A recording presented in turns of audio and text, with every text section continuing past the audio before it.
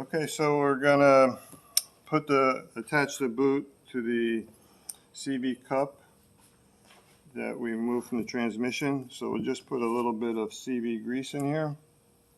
It was interesting when we pulled this out. The reason why we had such a hard time pulling it out, apparently while this was in the transmission, this wasn't exposed to any oil, ATF oil, so you had corrosion buildup on these splines. It wasn't a matter of pulling pressure to squeeze these retention clips. It was, we had to overcome the resistance from the corrosion that was built up on these splines. I'll be applying a little bit of grease on these splines, so if the shaft has to get resurfaced again in the future, it'll be much easier to remove.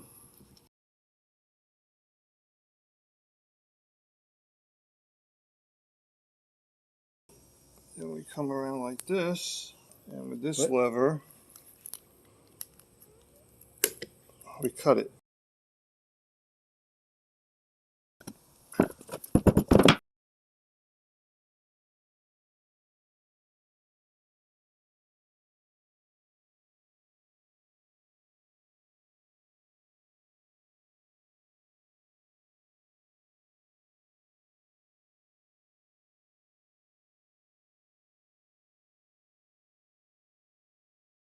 And that's it.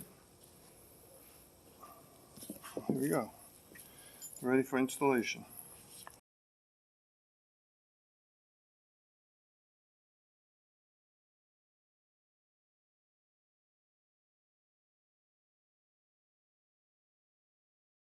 There's fluid in here, and there's veins. When this spins around, it acts like a pump.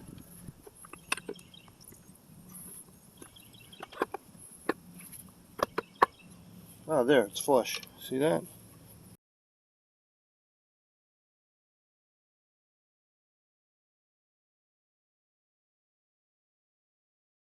Using this strap, I was able to maneuver it back and forth until I got the bolt holes lined up.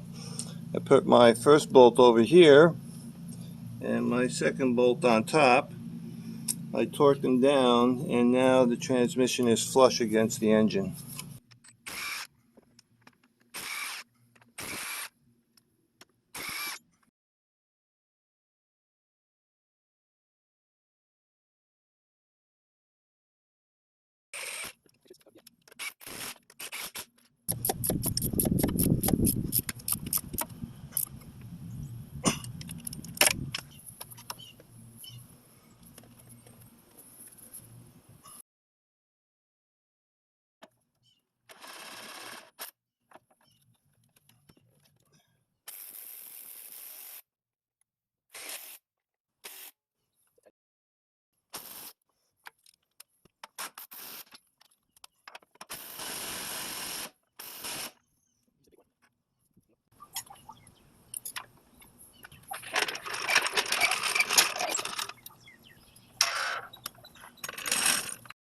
The center pilot in the middle of the flex plate didn't line up in the hole in the torque converter. So we lifted the engine up a little bit, rotated the engine, and then it slipped right in. If the pilot in the plate center is lined up and inside the torque converter, then the torque converter should move freely like this. We got 8 of the 9 bolts in, and we'll attach the flex plate first to get the last bolt attached.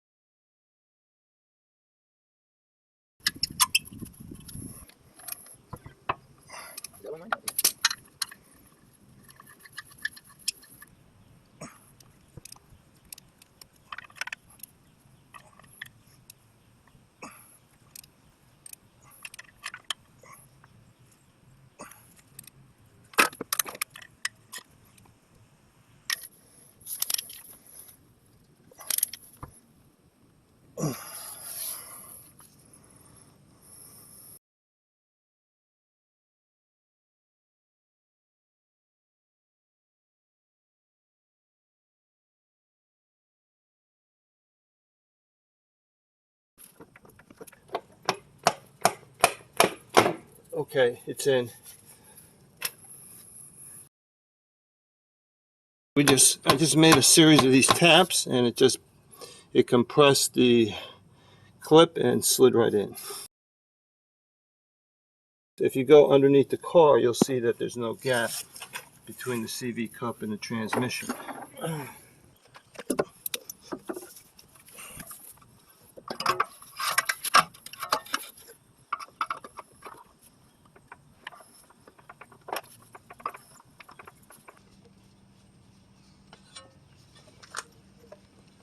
You want to have compression on it.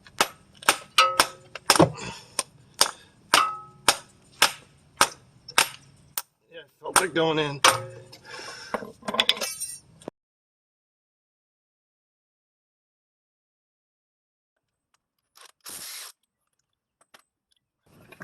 Okay, we got it through.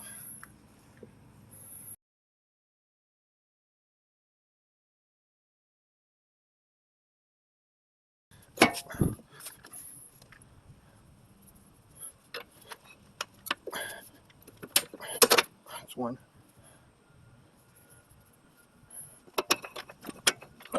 Okay.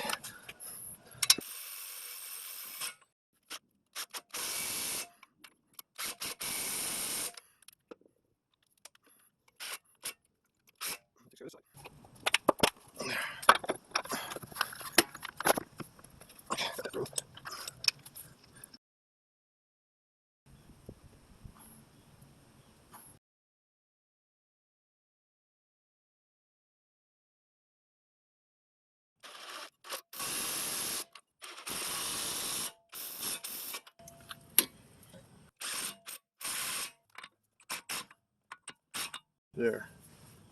We'll stake it.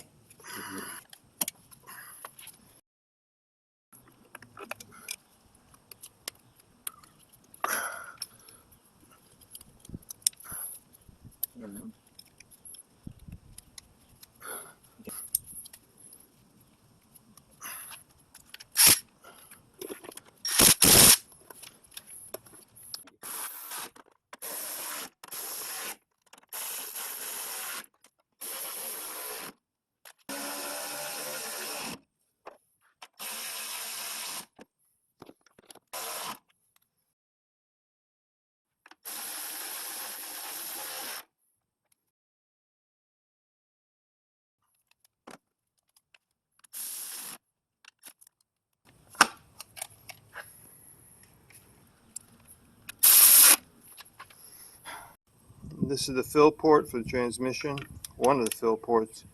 So you could go in from here, or you could go in through there.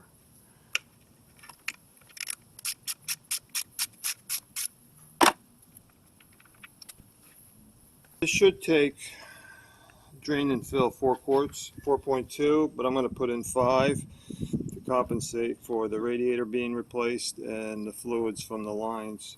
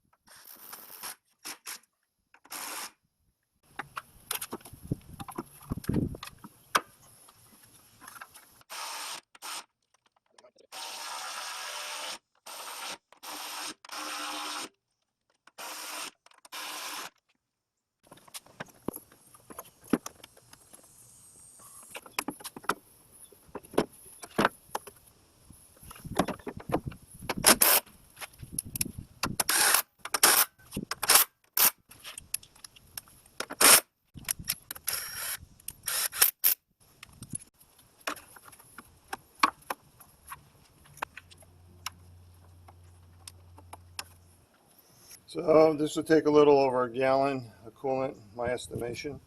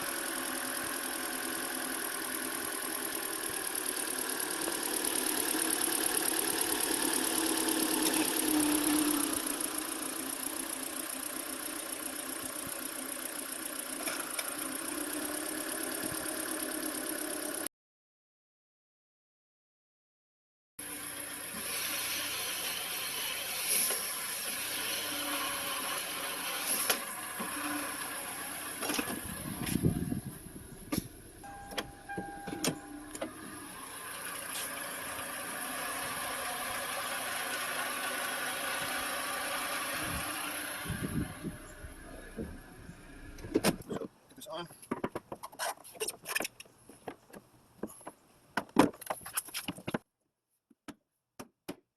Go to the other.